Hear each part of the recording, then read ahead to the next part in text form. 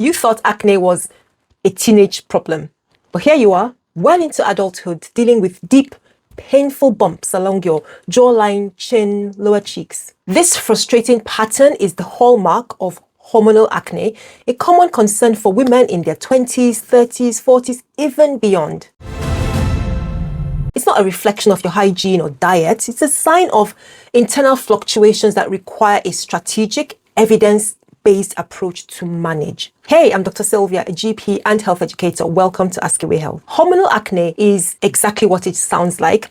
Acne that is primarily driven by hormonal shifts or hormonal imbalances. Unlike the occasional pimple, it's characterized by deep, often tender cysts and nodules that appear cyclically. So they will typically flare up in the week or two before your period. And this happens due to the natural rise and fall of key hormones. After ovulation, progesterone rises, and progesterone will stimulate oil or sebum production. At the same time, you'd have a relative fall or drop in the estrogen levels, which can leave the male hormones or androgens like testosterone that all women produce with a more pronounced effect. These androgens will further supercharge your sebaceous glands, that's the glands that produce oil under the skin, and the excess oil combined with dead skin cells just makes a perfect environment for the germ Corynebacterium acnes to thrive, leading to inflammation and those painful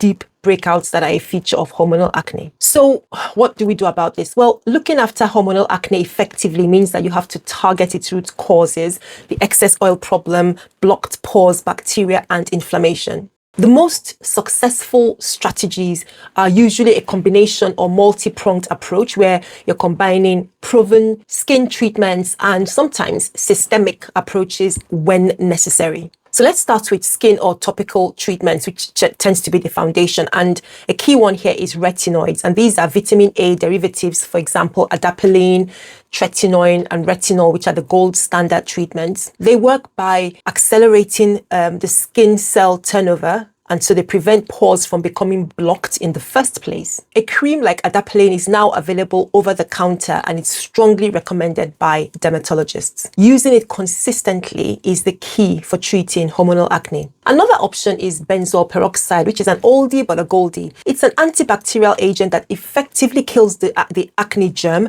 and helps to reduce inflammation. It can be used as a wash or a leave-on treatment, but please be aware that it can bleach fabrics, so be careful and use a cover on your bedding or pillow when going to bed. Next, salicylic acid, which exfoliates inside the pore, helping to dissolve the mix of oil and dead cells that usually contribute to clogging. What about these systemic treatments? Well, these are usually applied for persistent cases where the creams haven't made a difference. And first of all, are oral contraceptive pills, birth control pills. So combination pills containing both estrogen and progesterone are approved or licensed for acne treatment. Some, not all, some of them. They work by suppressing the male hormones produced by the ovaries and increasing other hormones in the body, which then binds to testosterone and reduces its ability to stimulate the oil glands, if you remember from the beginning where we talked about the cause. Organizations like the NHS and the American College of Obstetricians and Gynecologists note that it's a long-term option for suitable candidates. You also have certain medicines called anti-androgen medications where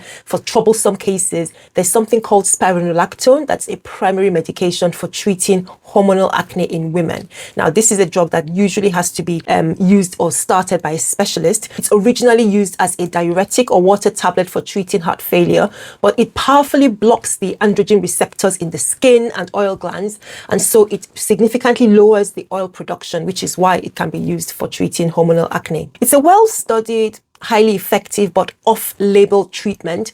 So again, started by a specialist. It needs to be a conversation if different options haven't worked. Lots of different reviews in the Journal of American Academy of Dermatology and other papers indicate that it's an effective drug for this purpose. Really important dietary considerations. Now, it's a bit tricky here because the link between diet and acne is complex and individual. We have some good studies that suggest a potential role for high glycemic index foods. So sugary snacks, white bread, soda, some dairy, for example, skimmed milk, in worsening acne for some people, so not everyone. And so if you are the kind of person that is involved think about this. These foods may influence insulin levels, and insulin can affect the activity of androgens like testosterone. If you're somebody who notices acne buildup with certain foods, pay attention to that. So key tips: a consistent skincare routine, clean your skin with a gentle treatment twice a day, add a retinoid like adapalene at night time, and a non-comedogenic moisturizer and sunscreen every morning to protect your skin barrier. The other thing that you should do is spot treat. So use benzoyl peroxide or salicylic acid products as a targeted treatment on active breakouts. So that can be your sort of go-to if you start to develop spots. The other thing as well is consider your cycle. So track your breakouts alongside your menstrual cycle, and you may see a pattern of increased spots when you are on the latter part of your cycle. And this data is powerful proof for your doctor that your acne is actually hormonally driven. It's also important to consult a dermatologist or your GP first, especially if over-the-counter products aren't making a significant impact after you've used them regularly for 3 months. Okay, so see a professional at that stage, or if things are just getting worse beforehand. You can have a conversation about whether prescription, skin treatment, oral contraceptives, or some of the other suggestions I've mentioned may be appropriate for you. And this is especially important if your acne is leaving dark spots or scars on the skin. Your lifestyle and the choices that you're making are also important. So consider a reduction of your high sugar foods and dairy if it makes a difference for your skin. Just be mindful, it's not a guaranteed solution for everyone, but I've come across people who have cut down these things in their diet and seen a difference in their skin. So don't forget, hormonal acne is a legitimate medical condition. It's not always cosmetic problem only. The secret to managing it isn't a single magic product, but you need to have a tailored strategy that addresses your internal hormone drivers with evidence-based treatments, which I've just described in earlier in the video. Please be patient with your skin and persistent, okay, with the right combination of skincare and, if needed, other medicines from your specialist or from your doctor. You can get cleaner, clearer, calmer skin and break free from that cycle, because it can be so frustrating. Learn more about your body. Check out this video here next. Don't forget to like this one, and of course consider subscribing to the channel before you go, and I'll see you in the next one.